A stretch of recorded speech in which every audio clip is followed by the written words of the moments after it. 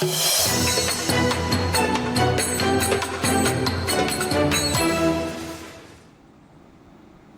evening. Well, just 2 weeks remain before President Biden leaves the White House, and his record has come under scathing criticism. On Friday, Mark Thiessen, fellow of the American Enterprise Institute, claimed in the Washington Post that 2024 was the year that the Biden presidency turned from disastrous capstone to catastrophe. Well, prominent Democrat Senator Joe Manchin and Dean Phillips have also vented their judgment this week, complaining that their party has been left toxic, rudderless, and utterly devoid of leadership. Well, tonight we get into the detail of this most recent condemnation and try to delineate between the cheap shots based on harmless blunders and the tough but legitimate critique. But first, let's break down the key areas of contention. As the inauguration of Donald Trump's presidency approaches, criticism of Joe Biden's presidency and legacy intensifies. Columnist Mark A. Thiessen from the Washington Post outlined the 10 most controversial actions of Biden in 2024. In October 2024, Biden delayed the delivery of crucial bombs and pressured Israel to limit its operations in Rafah, allegedly prolonging the Gaza conflict. By November 2024, concerns about the inefficiency of his green energy programs escalated. $3 billion allocated for electric trucks produced only 93 vehicles, and $7.5 billion for charging stations resulted in just 200 installations, raising questions about taxpayer fund management. Throughout the year, Biden avoided sanctions on the International Criminal Court, despite its actions against Israeli and US officials, a stance that broke with his predecessor's policies. After initially opposing court packing, Biden supported a plan to impose term limits on Supreme Court justices, drawing criticism for potentially undermining judicial independence. During the first half of the year, critics accused Biden's administration of misleading the public about his cognitive decline, a move they claimed impacted Democratic primary options. Biden controversially pardoned his son, Hunter Biden. Despite promising not to grant clemency, Biden justified the reversal by citing political motivations, sparking public trust concerns. By late 2024, his decision to grant clemency to 37 death row inmates, including serial killers and child abusers, drew significant backlash. Critics contrasted this with Biden's strong support for abortion rights, highlighting inconsistencies in his policies. During a virtual event in September 2024, Biden referred to Trump supporters as garbage. The remark came in response to a controversial joke made by a Trump supporter about Puerto Rico, which Biden condemned as hateful rhetoric. 3 years after the 2021 Abbey-Gate bombing, Biden had still taken no action against those responsible, despite his vow to avenge the deaths of 13 US service members. By late 2024, Biden faced criticism for his late provision of key military aids, such as ATACMS and F-16s to Ukraine. The delays were seen as lacking a clear victory strategy and potentially extending the war. Okay, let's dig a bit deeper into this now with our man in Washington, Obey Sharbanda. Obey, always great to talk to you. Now, you'd expect criticism, severe criticism from the Republican Party, but what we're seeing here is intense criticism now after this period of reflection coming from Democrats too. Yeah, that's right. President Biden in his last 2 weeks in office is facing a deluge of criticism, not only from the Republican base, which of course, strongly came out in support of his opponent, the future and incoming president, Donald Trump, but also from the Democratic Party base that largely pinned the blame on Biden's shoulder for losing an election that many Democrats thought was theirs to win. Look, let's remember that President Trump not only won a decisive electoral victory in the Electoral College, but he also won in the popular vote, something that a Republican candidate hasn't managed to achieve in over 2 decades. And of course, many in the Democratic Party base saying that, look, Biden should have dropped out from the race early on. He should have stuck to his promises that he made when he first ran, that he would be a one-term transitional, and he should have allowed the Democratic primary to select would have been a stronger candidate to go toe-to-toe with President Trump. Let me just read to you some of the headlines here in the past week or so here in Washington, just to give you an idea of just how how badly President Biden's popularity has dropped. One of them reads, Biden's legacy will be his mental decline. And another Wall Street Journal article that provided us new details on just how Biden's staffers attempted to cocoon him from criticism based on their view that he was clearly declining in his cognitive ability. The article reads, how Biden's White House functioned with a diminished president. And so essentially what many across the political spectrum, Republican, Democrat, and the media, which had up until this summer, essentially, denied any claims that President Biden had severe cognitive downfall. But that became the headline in just in the leading days to the election. Of course, following that disastrous debate between President Biden and President Trump, where Biden finally, late in the game, late in the election, in the campaign, was forced by the Democratic Party bigwigs, Nancy Pelosi and other big donors, to step down. So this is a president that's always really had very low popularity. His polling numbers are extremely low, and he's going to end his presidency with more than likely one of the lowest popularity ratings of modern presidents. So personal popularity obviously is something that has been well spoken about, Obey. But to what extent can we disentangle the personal criticisms, the criticisms about his own mental decline and his performance as a human being versus those tough policy decisions? How much of this criticism is about policy versus personality?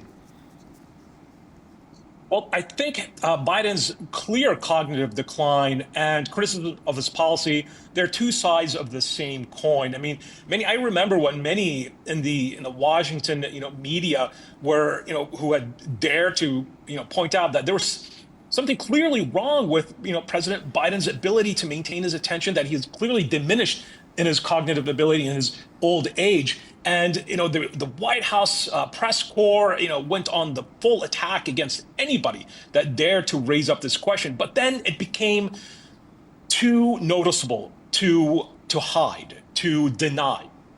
And then you started seeing, the mainstream media pick up on the fact that President Biden clearly had significant cognitive problems. And when you have the president, the most powerful man, arguably, in the world, with all the executive power of his office, not able to really function after 3 in the afternoon, according to the Washington Post, then that is going to inevitably impact his policy. One of the ways that impacted his policies, according to the press here, is that essentially President Biden's staffers became a presidency behind the presidency. People like his national security advisor, Jake Sullivan, and other key staffers in that inner circle with Joe Biden that had been with him for decades, essentially built a wall around Biden, knowing that he just was not able, that he had some days where he just was not able to function cognitively at all. So you almost had a shadow presidency amongst his staffers that essentially ran foreign policy. And there are serious questions on just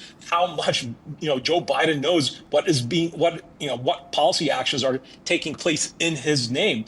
And of course, earlier in the year, if you had dared to raise this point, you were immediately not only attacked by the White House, but by the mainstream media. But then eventually by the summer, it became clear that Joe Biden's policies, whether they were domestic or on foreign policy, where there's clearly a connection with his cognitive decline and his inability to really function as the president. Look, the presidency is a stressful job for anyone, let alone somebody who, in his 80s. And as his term, and it was clear that Joe Biden just would not have the ability or the energy to go into a second term. And so I think it will be very difficult to disassociate Joe Biden's policies, which are widely viewed, again, across both aisles, the Republicans and Democrats, as a failure when it comes on the domestic policy side with the economy, comes to foreign policy and what's happening with the chaos in the Middle East, with the 13 American service members that were killed in that suicide bombing in Abbey's Gate as the U.S. withdrew in widely viewed humiliating fashion, and of course with Joe Biden's attempts and a failure to broker a peace deal in the ongoing war in Israel and Hamas. So it's going to be certainly there is a very rare consensus amongst Republicans and Democrats here that Joe Biden's legacy is going to be viewed negatively across the board, and that his cognitive decline is a large factor that contributed to his really inconsistent policies on the foreign and domestic front. Obey, let me just turn to another story making a huge amount of waves in the UK and in Europe, and that is that Elon Musk, obviously now going to be a key part of this incoming new administration, the President-elect Trump's administration. Elon Musk has been trading blows over social media with the UK government. Now, to what extent has that caught the attention of people in Washington? Of course, Elon Musk is a key advisor to President Trump. He's in Mar-a-Lago every day. He is going to head along with Vivek Ramaswamy, the Department of Government Efficiency, and he was a major donor to President Trump's re-election campaign. He went all in for President Trump. I mean, just to give you an idea, Elon has now put the Great Britain, the government in the United Kingdom, in his crosshairs. And in his latest post on X, the social media platform that he owns, he hosted a poll.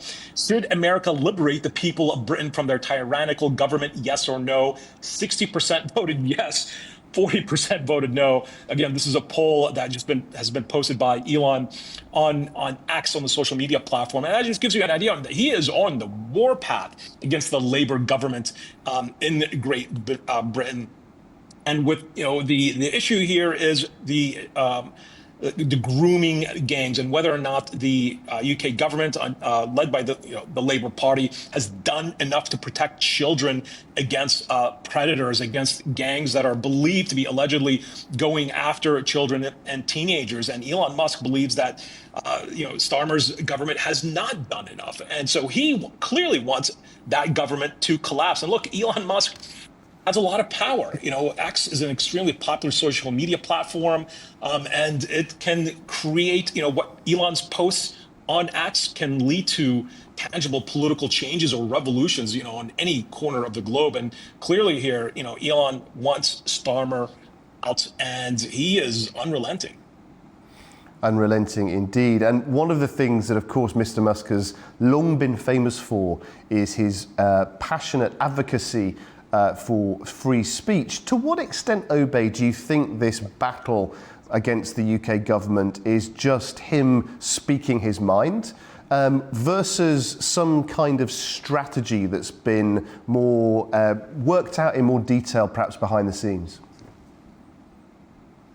Well, sometimes it's difficult to tell, is there a method to the madness? Look, I mean, Elon wears his heart on his sleeve, and that is what has sort of endeared him to the American public and to the wider world. He took over a social media platform, billions of dollars. He didn't have to buy it. He's not making a profit, and he wanted to turn it into the most uncensored media platform on earth. Of course, many had complained that social media platforms led by tech giants like Facebook and what was formerly known as Twitter had a political agenda, that they were censoring individuals who were posting on social media that did not align with what was believed to be a neoliberal agenda, and that these tech giants were working with the Democratic Party, at least that's the accusation coming from Elon supporters, to suppress free speech about anybody who had a center-right or right-wing view. And in come Elon Musk, and he is saying that, hey, I'm going to buy this. I am now the owner of X, and anybody can post whatever they want. Now, of course, with the caveat that, there are some questions on whether or not Elon is shadow banning individuals that, disagree with him. And that is an ongoing debate on X right now. I mean, let me read to you one of his latest posts, another one, a broadside against Starmer. I'm quoting here from Elon Musk. The real reason is that it would show how Starmer has repeatedly ignored the pleas of vast numbers of little girls and their parents in order to secure political points. Again, this is a post by Elon Musk, and he's throwing these accusations against Starmer that it's not just posts on social media. Those posts on social media by Elon, those create real headlines in the real media, and it creates political momentum. So I think Elon here is not just venting on his social media platform that he owns. He wants to bring Starmer down. And is it perhaps a sign, Obey, that he is also developing a kind of a Trumpian negotiation tactic? We've seen Mr. Trump, President-elect Trump, when he was President Trump, taking a similar approach to negotiations, in that he would sometimes come out very strongly, very aggressively, in the hope that he would then be able to de-escalate and come to a compromise position. Is this Mr. Musk almost adopting a similar strategy? And if so, what does he want to happen with this interaction? Yeah, there are definitely echoes of President Trump's negotiating strategy here with the way Elon Musk is attempting to put significant pressure on the British government. That being said, there are some stark differences. Look, President Trump, whenever he tweeted or posted on X, world leaders listened, because they knew that when President Trump issued threats, that they were not just veiled threats, they were not empty threats, or that President Trump was bluffing. He was going to carry through what he posted on social media. So in many ways, President Trump, he didn't need to go through the State Department or through an official spokesperson. If he believed that a world leader, whether it was an allied government, an adversary, an enemy, or a partner government, President Trump wanted to make his point that perhaps on trade, perhaps example on China.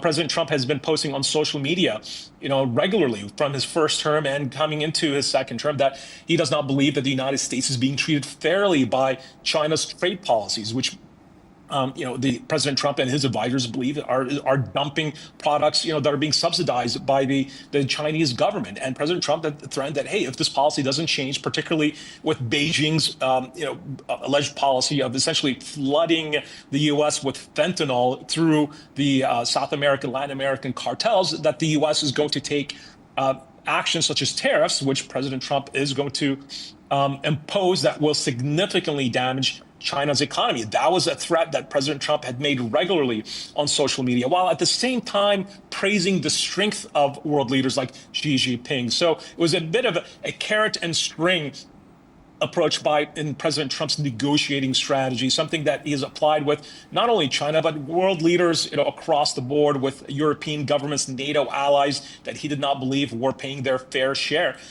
in Europe's defense. Now, is Elon Musk have President Trump's negotiating acumen? Does Elon believe that the political pressure, not just the media pressure, that he's putting on Starmer's government will lead to some sort of concession where the UK agrees to enact laws that will, stop punish or enhance the punishment of these grooming gangs?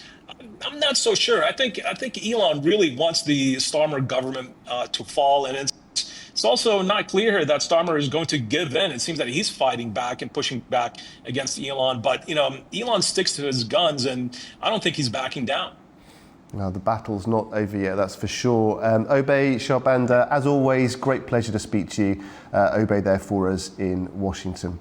Well, that is all we have time for on this edition of Newshour. Please do stay with us, and from all of us here at A News, we wish you a very pleasant evening ahead.